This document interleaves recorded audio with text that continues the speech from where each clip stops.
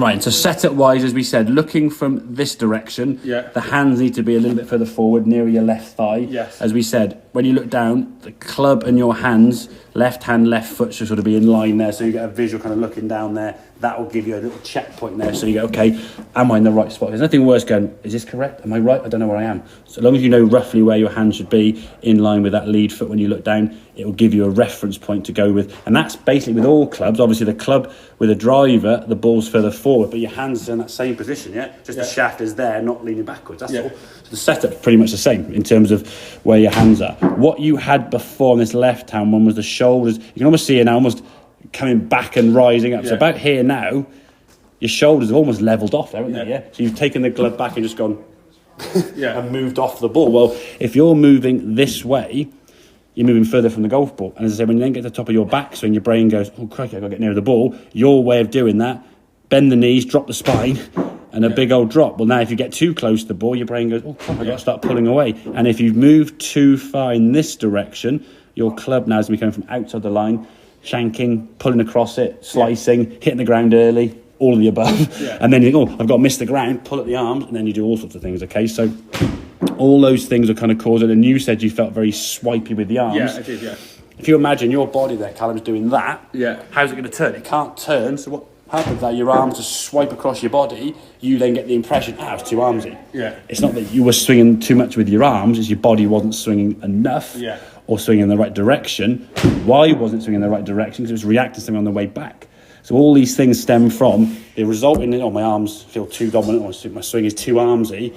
You take that back to the source and actually go, well, it's because your swing plane's too shallow with your shoulders, you're too flat with your shoulders. But you wouldn't think about what your shoulders doing relating to your arms, would you? You just think, my arms are doing too much. So you've got to understand what it's cause and effect, basically. So if we look here at your there was your takeaway there now, and you were just on the right-hand side. As you go back, we want to keep and maintain that T-bar there.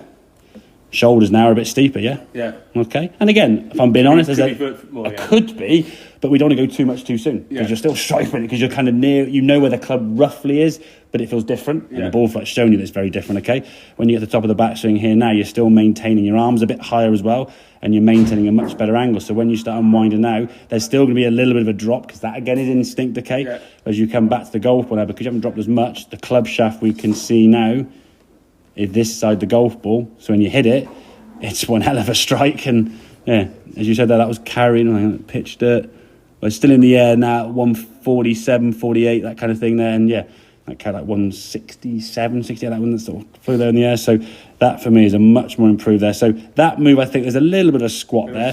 That will probably realise after you won't need to do that quite so much. It's going to be a little bit of it, surely, but you won't do it quite so much. And again, if we can keep our body a lot more stable up and down this way and just rotate, it just takes a lot of the inconsistencies from. But that was the thing there. Your shoulders would level off here.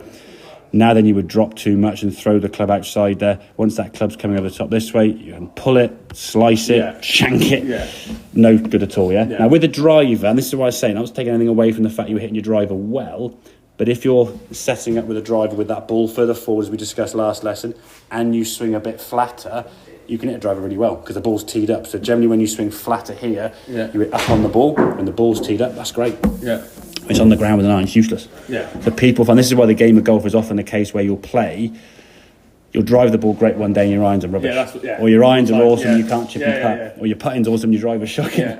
And you rarely get all three click together. Just because your swing is on one end of the spectrum, whether it suits a longer club or a shorter club, and it just clicks and works better, that's all. So the understanding why and which end of the spectrum the clubs prefer that, in terms of shallower shoulder turn or a steeper shoulder turn, will improve one or the other. Ultimately, like I say, we want the swing to be the same throughout. You just adjust the setup for the club you've got, and as you said, you just stand the ball the same and just change the swing. When in reality, here's a driver setup, here's a 6-iron setup, here's a chip setup, all these different adjustments, and then you just make a swing around that arc, depending on how far the shot needs to go, depends on how far the swing is. But the swing itself, in terms of positioning, is the same as it goes back. But focus on that sort of setup in terms of where that left hand, left thigh, and I think I would practice again up against the wall. You just saw, even doing it for like 30 seconds to a minute, just stood there with a head on the wall there, just rotating this way, back and forth.